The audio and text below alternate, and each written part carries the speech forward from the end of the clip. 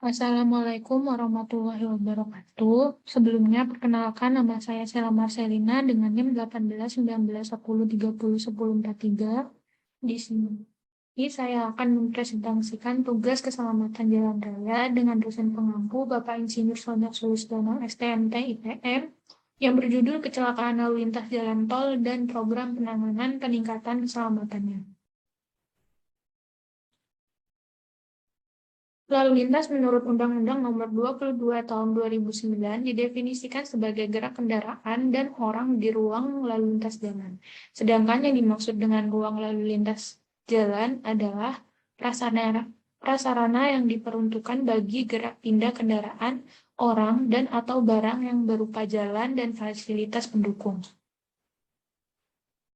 Tata cara berlalu lintas di jalan diatur dengan peraturan perundang-undangan meliputi yang pertama arah lalu lintas, yang kedua prioritas menggunakan jalan, yang ketiga lajur lalu lintas, yang keempat jalur lalu lintas, yang kelima pengendalian arus di persimpangan.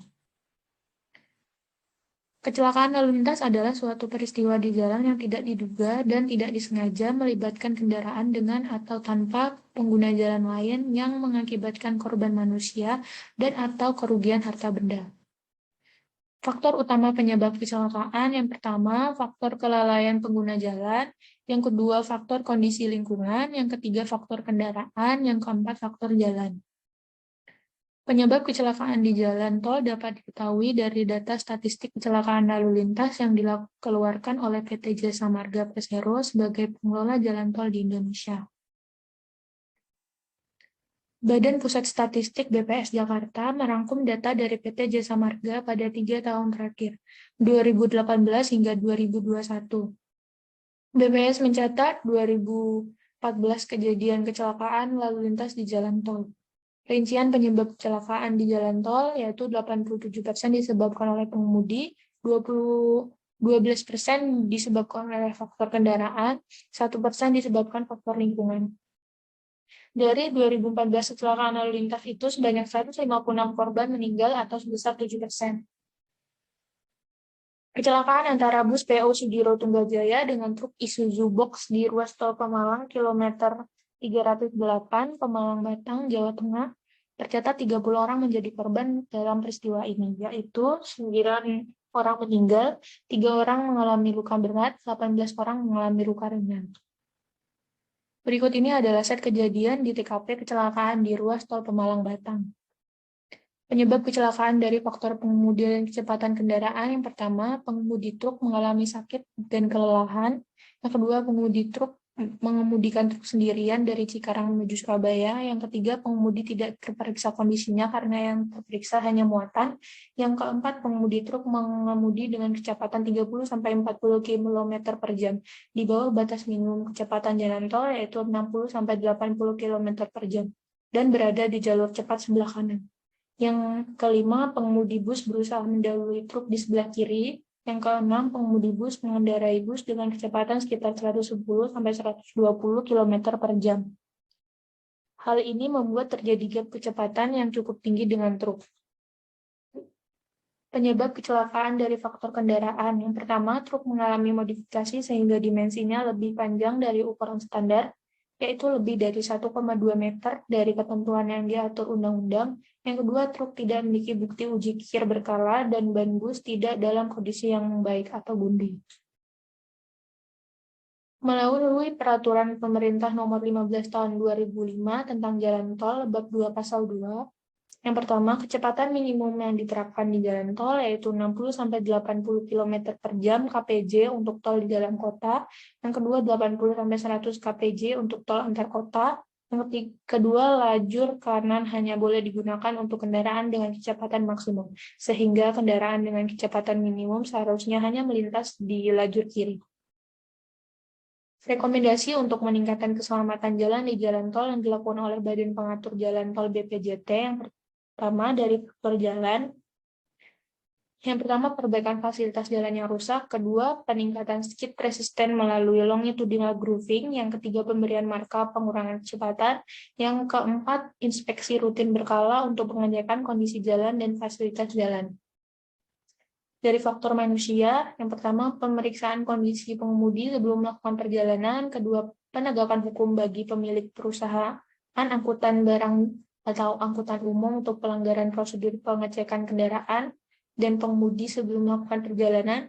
Yang ketiga, penegakan hukum untuk kendaraan tidak memenuhi batas kecepatan minimum dan maksimum. Yang keempat, sosialisasi kepada masyarakat mengenai peraturan berlalu lintas. Yang kelima, pengetatan pengujian untuk kendaraan mendapatkan SIM. Yang keenam, sosialisasi penggunaan sabuk keselamatan bagi penumpang angkutan umum jarak jauh. Dari faktor kendaraan, yang pertama, kewajiban pemasangan sabuk keselamatan untuk seluruh kursi penumpang. Yang kedua, penegakan hukum untuk kendaraan odol atau overdimension dan overload. Yang ketiga, pengecekan kondisi kendaraan sebelum berangkat. Yang keempat, pembatasan kecepatan maksimum kendaraan sesuai dengan peraturan yang berlaku di Indonesia. Yang pertama, upaya-upaya yang dapat dilakukan dalam penanganan kecelakaan di jalan tol. 1. Talk show tentang tertib berlalu lintas atau safety briefing. Yang kedua, pemasangan speed kamera di jalan tol Jasa Marga Group. Yang ketiga, operasi batas kecepatan bersama kepolisian. Yang keempat, penambahan sarana perlengkapan jalan sebagai manajemen kecepatan di jalan tol. Speed gun adalah alat yang dapat digunakan sebagai salah satu upaya untuk menghindari terjadinya kecelakaan lalu lintas akibat kecepatan berkendara yang melebihi batas yang diterapkan. Biasanya alat ini digunakan pada saat operasi penertiban kendaraan dengan kecepatan berlebih dan kapasitas beban yang lebih atau dikenal dengan overdimension, off-roading, atau odol. Berikut ini adalah lokasi pemasangan speed kamera di ruas jalan tol Jasa Marga dapat dilihat pada gambar 2 berikut. BPJT Kementerian PUPR bersama seluruh BPJT dan Korps Lalu Lintas Polri juga terus mengkampanyekan aksi keselamatan dalam berkendara di jalan tol bertajuk Setuju, Selamat Sampai Tujuan. 5 aksi setuju digunakan pada kampanye aksi keselamatan di jalan tol. Yang pertama, kita setuju bahwa keselamatan adalah nomor 1. Yang kedua, kita setuju tertib berkendara di jalan tol. Yang ketiga, kita setuju tertib berkendara di jalan tol. Yang keempat, kita setuju turunkan fatalitas dan kecelakaan di jalan tol. Yang kelima, kita setuju tertib overdimension menuju zero overload. Berikut adalah inovasi yang dapat diberikan untuk keselamatan di jalan tol, yaitu yang pertama, Chevron Speed Reduction Marking dan Dragon Teeth Ruas Tol Cipali. Yang kedua, teknologi Crash Cushion Ruas Tol Jakarta Cikampek. Yang ketiga, teknologi Sync Road Jalan Tol Ngawi Kertosono. Yang keempat, pemasangan lampu strobo di titik rawan kecelakaan. Yang kelima, pemasangan rumble dot di Jalan Tol Cipali. Kesimpulan, dari pembahasan yang sudah dilakukan, dapat disimpulkan bahwa penyebab kecelakaan di jalan tol yang paling sering ditemukan adalah karena faktor kelalaian manusia. Kecelakaan dapat dihindari jika pengemudi atau pemilik kendaraan dapat memeriksa kondisi kendaraan apakah dalam kondisi yang baik atau tidak. Selain kondisi kendaraan yang baik, hal lain yang perlu diperhatikan adalah kondisi pengemudi yang harus dalam kondisi yang baik, tidak sakit dan mengalami kelelahan. Saran, perlu adanya kesadaran dalam masyarakat untuk mematuhi tata tertib yang berlaku saat berkendara, sehingga dapat menghindari resiko kecelakaan yang terjadi.